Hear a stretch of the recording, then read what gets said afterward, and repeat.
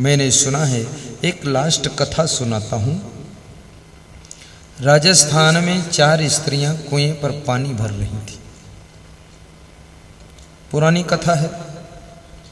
तो चारों स्त्रियां आपस में बात कर रही थी। राजस्थान में कहावत है कि बायां मिली 4 तो बाता हुई त्यार, और बायां मिली 8 तो बाता का लागा ठाठ, और बायां मिली 16 तो बाता का पड़ा गपोला। बातें बहुत करती हैं। तो ये चारों स्त्रियां बातें कर रही थी, बहुत बातें कर रही थी, और बातों में कुछ सार है कि नहीं ये तो पता ही नहीं। कितने लोग दिन भर बात करेंगे और बात का कोई अर्थ नहीं निकला। चुप रहिए, शांत रहिए, ऊर्जा व्यर्थ मत खर्च कीजिए। तो बात क्या कर रही थी? अपने अपने पतियों की बात कर रही थी। पति लोग ये मत समझें कि आपकी बात नहीं होती, आपकी बात होती है। जब स्त्रियां इकट्ठी होती ना, अपने अपने पतियों का वर्णन करती है। इसलिए अच्छे पति बनो, नहीं तो उस वर्णन में फेल हो जाओगे। ए ग्रेड के पति बनो। ये दारू वारू मत पियो, जुआ मत खेलो। तो एक स्त्री ने कहा, मेरा पति बहुत धनवान है, जो सामान चाहो तुरंत ला कर देता है, और नोटों की बड़ी बड़ी गड्डियां देता है, धनवान है। दूसरी ने कहा, मेरा पति बहुत बलवान है, कभी बीमार होती हो तो अकेले उठाकर गाड़ी में बिठा देता है, क्रेन मशीन समझो उसको, इतना बलवान। तीसरी स्त्री ने कहा, मेरा पति धनवान तो नहीं है, बलवान भी नहीं है, लेकिन मेरा पति बहुत रूपवान है, इतना सुंदर है कि उसके सामने हीरो भी फेल है, बहुत सुंदर पति। चौथी ने मुस्कुरा कर कहा, मेरा पति ना तो धनवान है, जरूरत भर का धन है, ज्यादा नहीं है, और बलवान भी बहुत नहीं है। मैं बीमार होती तो बेटे का सहारा लेकर मुझको गाड़ी में बिठा लेता है। और मेरा पति बहुत रूपवान भी नहीं है, बदसूरत भी नहीं है, मीडियम है, लेकिन मेरा पति बहुत गुणवान है। जब से मैं अपने पति के घर आई हूं, तब से मुझे कभी दुख नहीं दिया है, हमेशा खुश रखा है। मेरा पति गुणवान पति है। तो तीनों स्त्रियों ने कहा कि तेरे गुणवान पति के सामने मेरे तीनों के पति शर्मिंदा हो जाएंगे। रूपवान, धनवान, बलवान पति से वह गुणवान पति ज्यादा अच्छा है। जो अपने घर में सुख शांति बनाकर रहता है, वह पति वास्तव में धन्यवाद का पात्र होता है।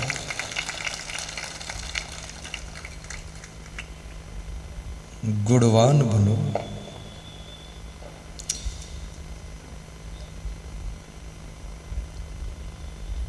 धर्मे तत्परता, मुखे मधुरता, दाने समुत साहित्य। चाणक्य कहते हैं, राम का गुण है जो दान करने में उत्साह रखता है, उत्साह पूर्वक दान देता है। मैं दान की भी चर्चा कर रहा था, क्षमा दान, रक्तदान और वस्त्रदान। वस्त्रदान भी कीजिए। मध्य प्रदेश में खरगोन जिले में मेरा प्रवचन था, तो वहाँ सिटी में बड़े बड़े बोर्ड लगे थे, उनमें लिखा था कि ठंडी का महीना आ रहा है, गरीबों के बच्चे ठिठुर रहे हैं, आप अपने घर के पुराने कंबल और स्वेटर दान दीजिए ताकि गरीबों के बच्चे ठंड से बच सकें। काउंटर खुला है, यहां दान दे जाइए, हम गरीबों को वितरण करेंगे। सेकंड हैंड ही दान कर दो, सेकंड माल भी नहीं दान कर सकता लोभी कंजूस आदमी। अभी मेरा सत्संग था कहीं, तो उनके छत पे मैं परिक्रमा कर रहा था, तो वहाँ सोफा सेट और बहुत अच्छी अच्छी कुर्सियाँ पड़ी थी, सब पानी में भीगती थी, बरसात भर भीग गई। तो मैंने उनसे कहा कि ये अंदर रखवा दो। बोले रख कर जगह नहीं अंदर। तो मैंने कहा तो इनको किसी को दान दे दो। बोले दान देने का दिल नहीं है। तो मैंने कहा तो अपने भाई से कह दो वो दे दे।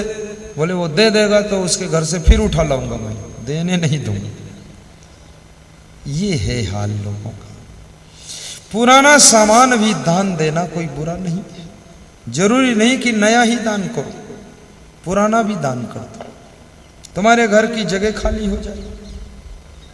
फिर कन्यादान, ये भी बहुत बड़ा दान है। और कन्यादान लेने वाले लोग कृपया दहेज के लालच में मत पड़िए। ये जो कन्या मिल रही है आपको, ये कोई कम दान नहीं है। आपके घर की व्यवस्था को संभालेगी कन्या, घर में झाड़ू लगाएगी कन्या, घर के कपड़े धोएगी कन्या, भोजन बनाएगी कन्या। और ऐसा मिला है कन्यादान, वो कन्या जितना काम करेगी आपके घर में, 1 लाख रुपए महीने पर कोई रख लो तो भी उतना काम नहीं करेगा। फिर उस कन्यादान को लेने वाले बेटों के बाप दहेज के लालच में ना पड़े, कन्यादान में ही खुश हो जाएं और कन्या के बाप को धन्यवाद दे कि आपने मुझे अपनी कन्या दिया। ये दहेज की परंपरा हमारे उत्तर प्रदेश में बहुत बड़ा दहेज का भूत है लोगों के ऊपर। कोई 10 लाख मांगता है, कोई 5 लाख, कोई 15 लाख, कोई 20 लाख। बड़े बेशरम होकर लोग मांगते हैं, बड़े भिखमंगा लोग हैं। कन्या के बाप को सोच लेना चाहिए कि भिखमंगा के घर कन्या दे रहा हूं। 20 लाख मांग रहा है और 20 लाख दे करके आप विवाह कर रहे हो अपने बेटे का, तो 20 लाख में आपका बेटा आप बेच रहे हो। अब बेटा तुम्हारा कहां रहा? अब उस कन्या के बाप ने 20 लाख में तुम्हारे बेटे को खरीद लिया है।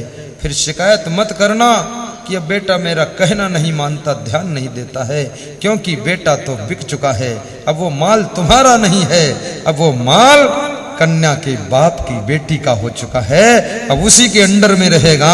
अब माल तो खत्म तुम्हारा। 20 लाख में बेच भी दिया और फिर भी अपना अधिकार रखना चाहते। स्वेच्छा से जो कन्या का माता पिता दे दे बस ठीक। गुजरात में दान की दहेज की परंपरा नहीं है, बिल्कुल नहीं। इसलिए गुजरात में शांति ज्यादा रहती है। कन्या के गुणों को देखिए, कन्यादान, वस्त्रदान, और फिर आता है प्रेम दान। कुछ ना हो लोगों को प्रेम दान कीजिए, नम्रता से प्रेम कीजिए। प्रेम में क्या खर्चा है? फिर है जीवन दान, जीवन दान भी दीजिए लोगों को। और फिर आता है नंबर, भाइयों बहनों, अन्नदान। अन्नदान का बड़ा महत्व है, अन्नदान भी दीजिए। भंडारा चलाइए, भोजन खिलाइए। जयंती समारोह में भंडारा का प्रोग्राम कीजिए, लंगर छकाइए लोगों। तीर्थों में जाकर भंडारे कीजिए। अभी उज्जैन में सिंहस्थ कुंभ मेला था, तो वहां हमने कैंप लगाया था। तो हमारे कैंप में 50,000 नर नारी डेली भोजन करते थे। 50,000 डेली। और 56 बीघे में यानी 38 एकड़ में पंडाल लगा हुआ था हमारा। सबसे बड़ी जगह मुख्यमंत्री शिवराज सिंह चौहान ने दिया था। मैंने कहा जगह तुम दे देना, बाकी हम संभालेंगे। 40 लाख का किराना सामान आया। संतों ने कहा गुरुदेव 15 दिन भंडारा चला है, सब किराना खत्म हो गया, अब आपकी क्या कृपा होगी? हमने कहा चिंता मत करो, मुझे प्रवचन करने दो बस। भक्त लोग आते थे, कहते थे प्रवचन कब करोगे? मैंने कहा टीवी में सुन लो। अरे बोले नहीं, डायरेक्ट सुनना है आपका। तो बहुत बड़ा पंडाल लगा था प्रवचन का। मुझे उम्मीद नहीं थी भरेगा। एक ही फर्स्ट प्रवचन में ओवरफ्लो हुआ और फर्स्ट दिन ही 2.5 लाख दान आया। वहीं पंडाल पे मैंने संतों से कहा 2.5 लाख का किराना सामान मंगाओ और पूड़ी, सब्जी, बूंदी और नाश्ता। कोई वापस नहीं जाना चाहिए अपने कैंप में, मना मत करना। न पंथ देखना है, न प्रदेश देखना, न भगत देखना, न ठगत देखना है, न आईडी देखना है। आओ जी, खाओ जी, रहो जी, प्रवचन सुनो जी, वहीं सो जी, और फिर खाओ जी, तब घर जाओ जी। ऐसा ऐलान कर दिया गया। उस कार्यक्रम में हमारे अमेरिका में वो सीधा प्रसारण आस्था में वो भी चल रहा था। जगदीश भाई पटेल गुजरात वाले जो अमेरिका में रहते हैं, कैलिफोर्निया में, उन्होंने उसमें 2-2.5 लाख रुपए दान दिया। हेमंत भाई वैद्य वाशिंगटन में रहते अमेरिका में, उन्होंने भी अपना 2-2.5 लाख रुपए दान दिया कि भंडारा रुकना नहीं चाहिए गुरुदेव। तो मैंने कहा रुकने वाला है नहीं, सबकी दया है, सबका प्रेम है, और नर नारायण की सेवा है। नारी में नारायणी है और नर में नारायण है। भगवान को किसने देखा है? किसी ने नहीं देखा है। इंसान के अंदर ही भगवान छिपा रहता है। घट घट में वह साईं रमता, कटुक वचन मत बोल रे। नर नारायण की सेवा कीजिए। और वहाँ जितने साधु संत थे उज्जैन के रहने वाले, बड़ा उनसे मेरा प्रेम हो गया। तो उन्होंने मुझसे कहा यहाँ गुरुदेव आश्रम बनाइए आप। मैंने कहा अभी इच्छा नहीं है। बोले आप बनाओगे तो उज्जैन में थोड़ा अच्छा होगा, दर्शनार्थी आएंगे उनको आश्रय सही मिलेगा, आपका मैनेजमेंट ठीक रहता है। मैंने कहा, वो सब साधुओं ने कहा मैं आपके लिए जगह ढूंढ रहा हूँ। मेरे लिए मीटिंगें किया उन्होंने, मैं मीटिंग में नहीं पहुँचा, बाद को पहुँचा। बोले आपकी मीटिंग हो गई, हम सेटिंग कर चुके हैं, आपको बनाना पड़ेगा। तो मैंने कहा ठीक है, सबकी इच्छा है।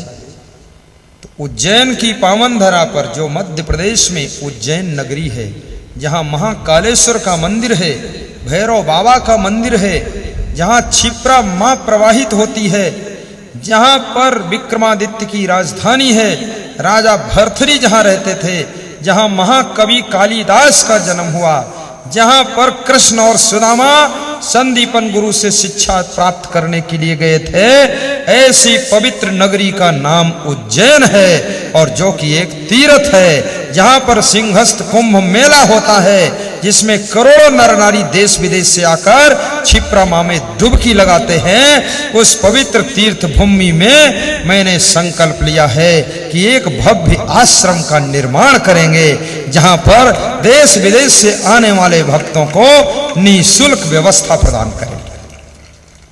निःशुल्क व्यवस्था, निरंतर भंडारा चलेगा। और भाइयों बहनों, वहां पर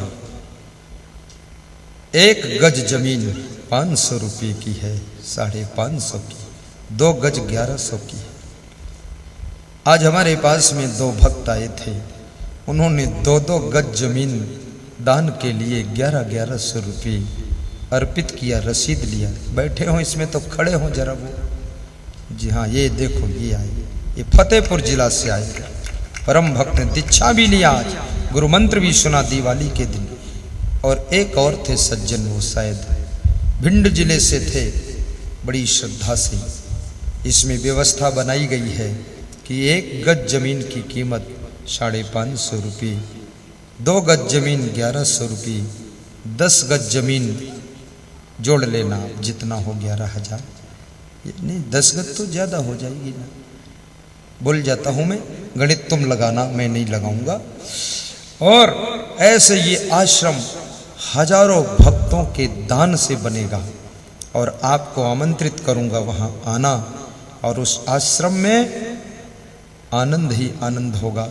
500 फीट चौड़ा और 1000 फीट लंबा टीन शेड होगा, जिसमें मैं प्रवचन करूंगा। साल में 7-8 बार प्रवचन दूंगा।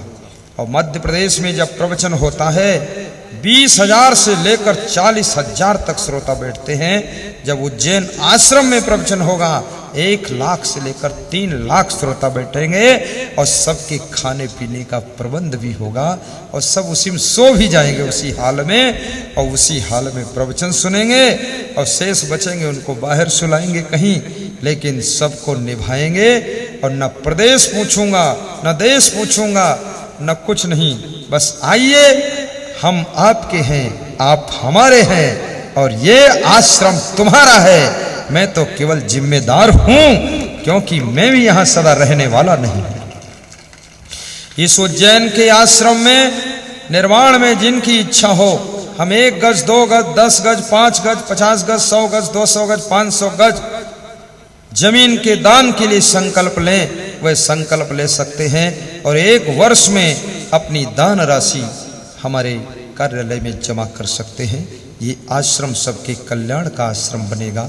भाइयों बहनों, भूमि दान, आश्रम दान, अन्न दान, वस्त्र दान, रक्त दान, फिर एक और दान है, वो है समय दान, जो आप यहाँ दान कर रहे हो।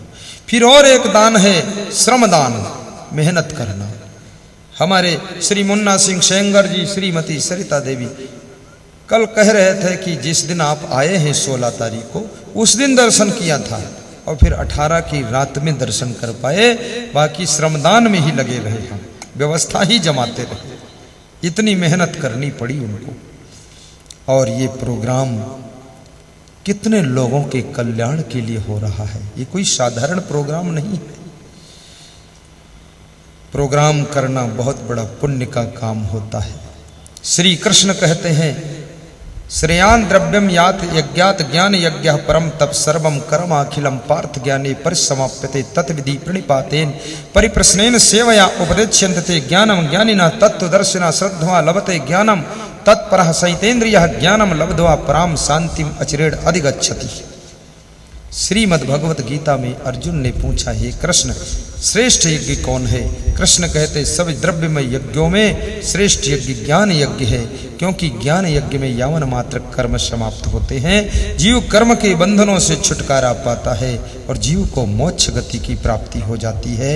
इसलिए ज्ञान यज्ञ श्रेष्ठ होता है। भाइयों बहनों, ये कुंडी यज्ञ नहीं, ये मुंडी यज्ञ है। ये अश्वमेध गोमेध अजयमेध यज्ञ नहीं है, ये ज्ञान यज्ञ है। इस यज्ञ में कोई घी की आहूत नहीं दी जाती है। यहाँ पर ओम नामता गणपति गंगवा हरे नामता महे प्रिय नामता राम कुमार नाम ने बीड़ी सिगरेट स्वाहा, मांस मछली स्वाहा, बुराइयां स्वाहा कर दी जाती हैं। इस यज्ञ में अवगुण ही स्वाहा होते हैं। ये ऐसा यज्ञ है। ये यज्ञ हमारे मुन्ना लाल सेंगर जी ने रखा है। आप सभी इनको धन्यवाद देना। ये दोनों प्राणी यहाँ बैठे हुए हैं, बड़ी मर्यादा से आज हमने दोनों को माला पहनवा दिया है। बोलो सदगुरु भगवान की जय। दाने समुत्साहिता गुरो विनियता, वह राम है जिसको अपने से बड़ों के सम्मुख विनम्रता आती है। ये राम का गुण है, बड़ों के सामने विनम्र होना। बड़ा कौन है? बड़ा कौन है? जो लंबाई में बड़ा है वो बड़ा है। जब सूत जी कम उम्र के थे, 88,000 ऋषि मुनियों की सभा चल रही थी नैमिषारण्य में, सीतापुर जिले में, मिश्रिक तीर्थ नैमिषारण्य। सूत जी जब प्रवेश करते हैं सभा में तो 88,000 ऋषि मुनि उठकर खड़े हो जाते हैं, उनको नमन करते हैं। सूत जी कहते, सब बैठो, मेरे लिए खड़े मत हो, मैं छोटा हूं। तब वहां पर बड़ा कौन है बताया गया है। धनम वृद्धा, बलम वृद्धा, वयम वृद्धा, पदम वृद्धा, संबंधम वृद्धा, ज्ञानम वृद्धा, सर्वम वृद्धा भवेत। जो धन में बड़ा है वो भी बड़ा माना जाता है, पद में बड़ा है वो भी बड़ा माना जाता है। जैसे अभी हमारे 3 स्टार लगा करके साहब आए, जो 2 स्टार साहब बैठे थे, उन्होंने उठकर उनका रिस्पेक्ट किया। वो बड़े हैं, पद में बड़े हैं। तो पदम वृद्धा, बलम वृद्धा, जो बल में बड़ा है वो भी बड़ा होता है। और संबंधम वृद्धा, जो रिश्ते में बड़ा वो भी बड़ा होता है। जैसे अभी मेरे गुरु आ जाए तो मुझे खड़ा होना चाहिए और हाथ जोड़कर पैर छूना चाहिए, क्योंकि वे गुरु हैं, हम उनके शिष्य। संबंधम वृद्धा वयम वृद्धा, जो उम्र में बड़ा है वो भी बड़ा होता है। हमारे साथ में उम्र में कुछ बड़े हैं, हमसे बड़े उम्र में हैं, और मैं उनका गुरु हूं, तो मैं उनसे बोलता हूं गणेश साहेब बंदगी, वयम वृद्धा। और इन सब में बड़ों में बड़ा, इससे बड़ा, सबसे बड़ा, कौन बड़ा? वो बड़ा। ज्ञानम वृद्धा सर्वम वृद्धा भवेत, जो ज्ञान में बड़ा है वो सभी से बड़ा होता है, जो ज्ञान में बड़ा होता है। और ज्ञान किसे कहते हैं? ज्ञान किसे कहते हैं? ज्ञान का अर्थ ये नहीं कि भाषण दे वही ज्ञानी, प्रवचन करे वही ज्ञानी, श्लोक बोले वही ज्ञानी, ये ज्ञानी वानी कोई नहीं। ज्ञानी किसे कहते? ज्ञानी की परिभाषा बताता हूं आपको। श्रीमद् भगवत गीता में अर्जुन श्री कृष्ण से पूछते हैं ज्ञानी कौन है? कृष्ण कहते अर्जुन, अमानित्वम आदम्भित्वम अहिंसा शांति आर्जवम। जो अमानी है, जिसको अभिमान नहीं है, उसको ज्ञानी कहते हैं। ज्ञान की बात बोले न बोले, लेकिन अभिमान को जिसने मार दिया है वो ज्ञानी कहा जाता है। ज्ञानी और अभिमानी में इतना अंतर होता है। अभिमानी को ज्ञान का अभिमान होता है और ज्ञानी को अभिमान का ज्ञान होता है, ये फर्क होता है। अमानित्वम आदम्भित्वम, और जो दंभाचरण नहीं करता वो ज्ञानी है। अहिंसा, जो हिंसा नहीं करता, जीवों पर दया करता वो ज्ञानी है। आर्जवम, जिसके मन वाणी स्वभाव सरल है वो ज्ञानी है। स्थैर्यम, जिसका चित्त स्थिर चंचल नहीं है वो ज्ञानी है। शौचम, जिसमें मन वाणी कर्म पवित्र है वो ज्ञानी है। आचार्योपासनम, जो आचार्यों की उपासना करता है, वंदना करता वो ज्ञानी है। आत्म विनिग्रह, जो मन इंद्रियों को वश में रखता है वो ज्ञानी है। जिसके मन इंद्रिय वश में नहीं वो ज्ञानी नहीं, वो तो बहुत बड़ा ज्ञानी है। लोग कहते हैं ना, रावण 4 वेदों का ज्ञाता था, काहे का ज्ञाता था? उसका ज्ञान किस काम का? उल्टा पलटा आचरण करता है। इंद्रियार्थेषु वैराग्यम अनहंकारा एव च, और जो इंद्रियों के समस्त भोगों से वैराग्य रखता है वो ज्ञानी है। इंद्रियों के भोगों को नहीं भोगता है उसको ज्ञानी कहते हैं। इन श्लोकों को लोग छिपा लेते हैं कथा सुनाने वाले, नहीं तो वो खुद पकड़ में आ जाएंगे। चंदूलाल तिवारी और मैं तो इसको खोल देता हूं पूरा। एक मेरे से कह रहा था कथाकार कि तुम इज्जत लय डालते हो। हमने कहा इज्जत है ही नहीं तुम्हारे पास, तो लय का डारी हो। शुद्ध साई राहत नहीं, फालतू कथा सुनाओ। पान तमाकू खाए और ऊपर मुंह ऊपर करते, गलगल गलगल बोलत रामायण की चौपाई। मंगल भवन मंगल हारी, और पान तमाकू खाए के फैलावे बीमारी। ये क्या ज्ञान है?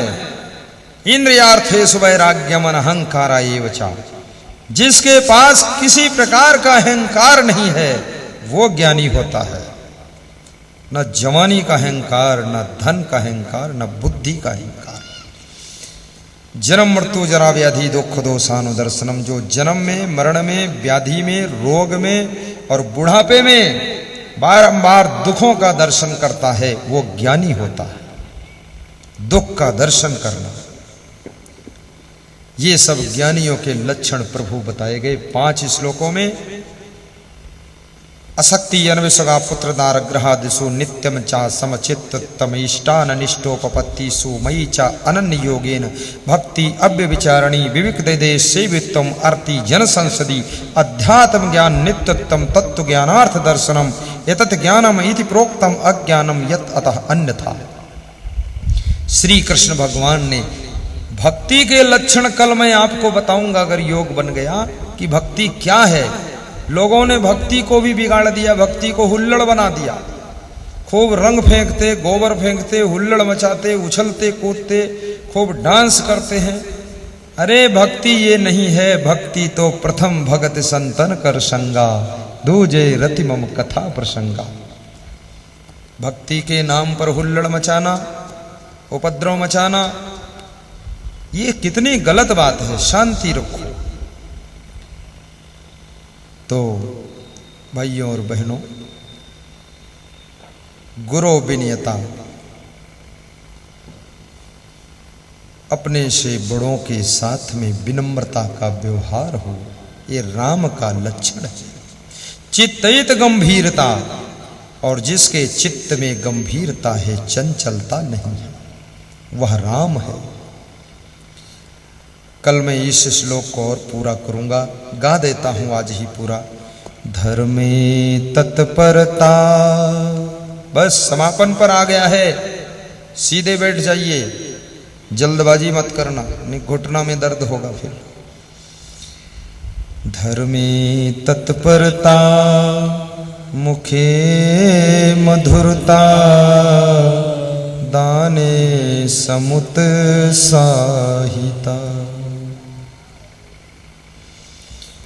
मित्रे अवंचकता, गुरो विनयता, चित्तयित गंभीरता, रूपे सुंदरता, शिवे भजनता, आचारे शुचिता, गुणे रसिकता, शास्त्रेषु विज्ञात्रता, रूपे सुंदरता, शिवे भजनता, त्वयिमस्ति वै राघवा। हे राघव, ये सब लक्षण तुम में हैं, इसलिए तुम राम हो।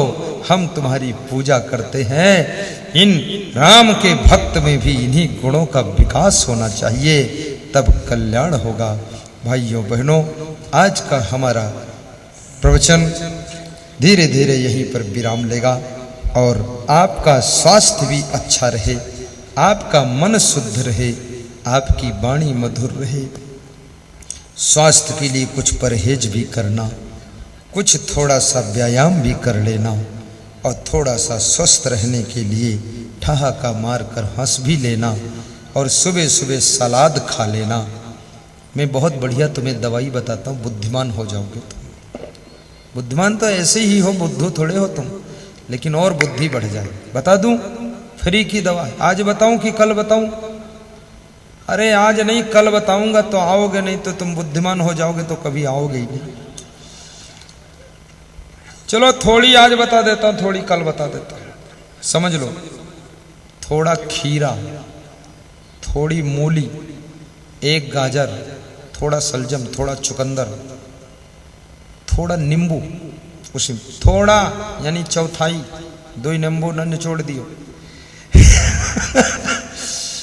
और 10 चना के दाने 10 और 10 मूंगफली दाना सामक भिजाए दो, सुबह निकालो, धोई के डालो है। और हरी मिर्ची स्वाद अनुसार 1 या 2, जैसा टेस्ट अच्छा लगे। थोड़ा नमक, थोड़ा चिरौंजी, चिरौंजी जनक वो दालचीनी जो खीर में पड़ते, 10 दाना, मुट्ठी भर न डाल दे जो बीमार हो जाए, 10 दाना। ये सब छोटा छोटा काटो और मिलाओ, एक कटोरम तैयार करो, और फिर बैठ के प्रेम से चबा चबा कर खाओ। सवेरे सवेरे, शाम को नहीं। शाम खाओगे बीमार हो जाओ, पेट में दर्द हो। और फिर उसके बाद 2 घंटे कुछ मत खाओ। ये नरेंद्र मोदी प्रधानमंत्री जी खाते हैं इसको, बहुत बुद्धिमान इसीलिए वो। ये मूली गाजर में बड़ा दिमाग भरा। तुम सोचो भाई से खवाई दी मूली गाजर, वह बुद्धिमान हो जाए, वह ना हो।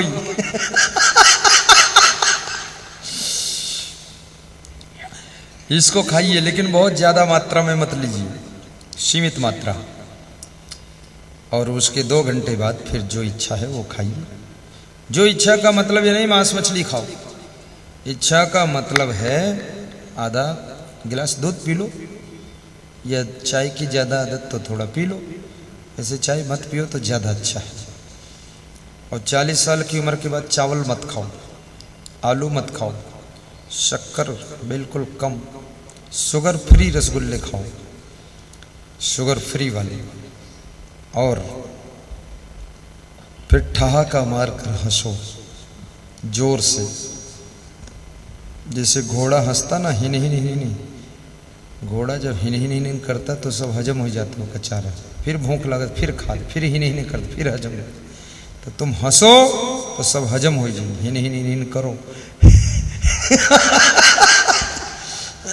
हंसना चाहिए तो उससे सब हाजमा सही हो जाएगा, गैस वैस कुछ नहीं बनेगी। और जिनके पेट में गैस बनती है तो उनकी एक फ्री दवा बताते, दवा है ही नहीं, फ्री नियम बता देते। बता दूं, भोजन के पहले लघु शंका जाइए, और भोजन के तुरंत बाद लघु शंका जाइए, और भोजन के पहले हाथ पांव मुंह धोकर तब भोजन कीजिए, और भोजन के बाद हाथ पांव मुंह धो लो, तो तुम्हारे पेट में गैस की बीमारी कभी होगी नहीं, और गुप्त रोग भी नहीं होंगे। फ्री का इलाज है। और फिर भी अगर पेट सही नहीं रहता तुम्हारा तो फिर पपीता खाइए। यस्य पिता नास्ति तस्य पिता पपीता, जिसका पिता नहीं तो उसका पिता पपीता है। अब ये भी नहीं, पपीता बहुत खाओगे तो चर्म रोग हो जाएगा। छोटा पपीता देसी 1 खा लीजिए, और 2-4 दिन बंद भी रखिए हफ्ते में, फिर खा लीजिए। अब ऐसा नहीं कि आज से जाओ पपीते पर टूट पड़ो और खूब पपीता खाओ, उसके बाद रोग लेके आओ हमसे कहो कि बहुत बीमार, क्या बात हुई। और फिर यहाँ पर एक आयुर्वेद, श्री च्यवन आयुर्वेद की दुकान एक भगत जी ने खोला है। उनके पास एक चूरन है, उदरामृत चूरन, उदरामृत। मैं इसको खाया हूँ, थोड़ा आजमाया हूँ। एक ही खुराक में कमाल करता है पेट के लिए। और एक चूरन इनके पास है मेदोहर, जिनका पेट बहुत बड़ा है, पेट बहुत मोटा है, पेट खाल मोटी है, पेट ऐसे है बिल्कुल रजाई गद्दा हो गया। तो उनका पेट कोमल करने के लिए और पेट छोटा करने के लिए मेदोहर चूरन उनके पास है। प्रयोग करो, लेकिन जिस दिन छुट्टी हो उस दिन प्रयोग करो, क्योंकि पेट सफाई चालू होगी वो भी। अब ऐसा नहीं ऑफिस में बैठे को पेट सफाई कर रहे हो तो वहाँ बहुत समस्या आ जाएगी। बहुत अच्छा है वो, बहुत फायदेमंद है। और जिनके घुटनों में दर्द है वो लोग साइकिल घुमाया करो पैडल को, और खड़े होकर दोनों घुटनों पर हाथ धर के घुमाओ इसको ऐसे ऐसे, और घुटने सीधे करके, और फिर घुटने के आसपास 100 मुक्का मारा करो ऐसे ऐसे। बहुत जोर ना मारे, उन्हें टूटिन जाए घुटन, धीरे धीरे, तो घुटना दर्द नहीं होगा। अगर फिर भी ठीक ना हो तो वहाँ श्री च्यवन आयुर्वेद सेंटर पर एक एनार्ट पाउडर है, लाखों लोगों का ठीक हुआ है उससे। चुटकी भर, चुटकी से कम लेकर दूध के साथ खाना है एनार्ट पाउडर। निघासन में एक आदमी ले गया, 3 दिन में फायदा हुआ तो 300 पैकेट मंगाया उसने, 300 पैकेट। तो उनके पास 300 थे ही नहीं, पूरे 50 ही थे। बोले हमारे पास नहीं है। कैलाश चावला मध्य प्रदेश के पूर्व गृह मंत्री, उनका दर्द भी 3 दिन में दूर हुआ था। रामपाल सिंह PWD के मंत्री, उनकी पत्नी के घुटने में दर्द था, वो भी 3 दिन में ठीक हुआ। और मंगाया उसने, एनार्ट नाम है उस पाउडर का, उसको ले सकते हो। और जिसको आंखों में जलन होती हो, मुंह में पानी भर लीजिए और थोड़ा सा पानी बाल्टी में लेकर छिड़किए, आंखों की जलन खत्म हो जाएगी।